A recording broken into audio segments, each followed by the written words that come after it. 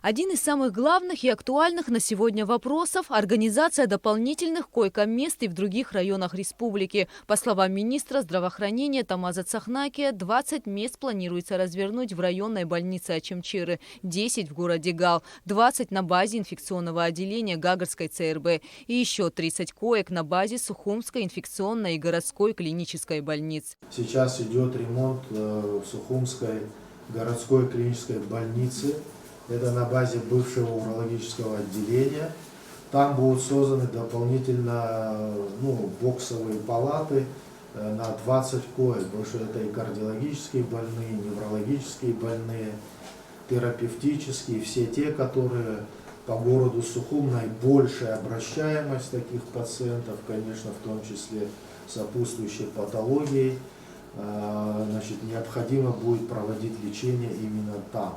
То есть это делается с той целью, чтобы, как изначально было сказано, Гудаутская больница, это наш центральный ковидный центр, был направлен на лечение именно тяжелых больных. В Сухумской инфекционной больнице в этом направлении ведется активная работа. К приему пациентов здесь будут готовы в ближайшее время.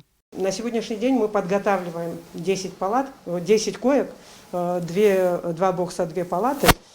И если, я так думаю, если надо будет, потом там расширим. С помощью главы администрации города у нас тоже есть хорошая помощь, конечно, само собой, и от Министерства здравоохранения.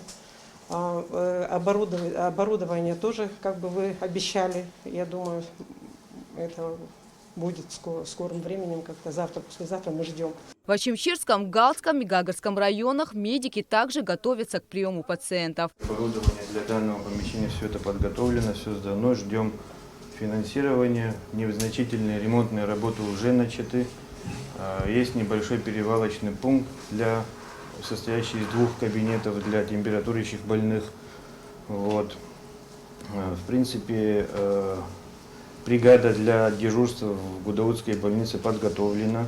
16 октября заступают на дежурство. Также в помощь Токарчельской больнице был направлен наш терапевт. Привлечены все врачи и медсестры с сельских амбулаторий. Утро начинается с того, что все люди, которые температурящие, у входа первая комната, вы ее видели, там мы работаем втроем, 2 медсестры и я, ведем прием всех температурящих. Как правило, это бывает 30-35 человек в день.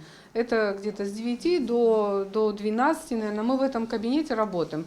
Берем биоматериал, измеряем температуру, смотрим сатурацию, легкие слушаем. Если необходимо, берем кровь на лабораторное исследование.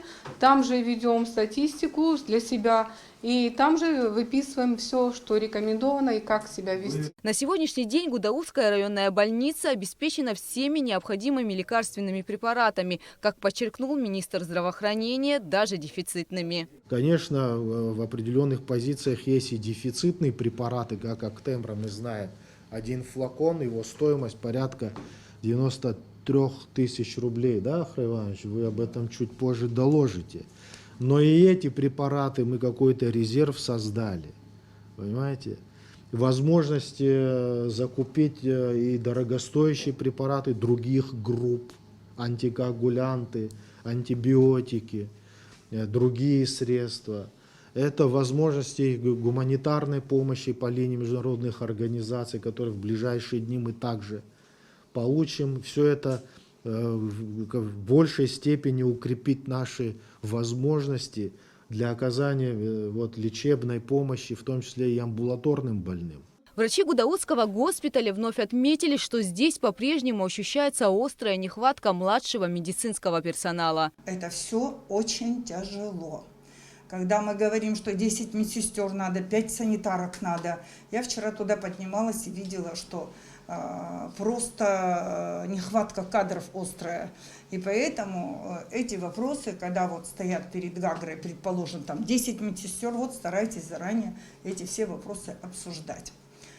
Те, которые работают, мы знаем, что Оклады у наших медиков, у нас у всех, они маленькие, все где-то подрабатывают. И нужно тоже эти вопросы решать. Потому что в Гаграх, вот, например, Забетович, да, несколько больниц, есть больница и амбулатория.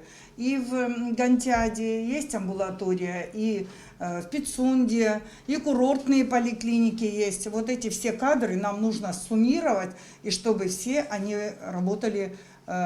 У нас по-другому не получится. Вирус набирает обороты.